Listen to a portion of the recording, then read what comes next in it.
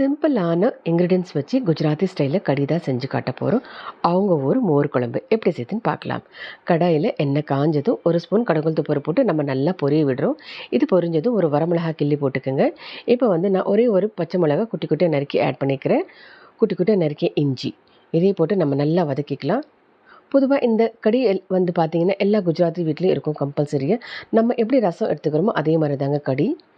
கருவேப்பிலை பிச்சு ஆட் பண்ணிக்க போகிறோம்.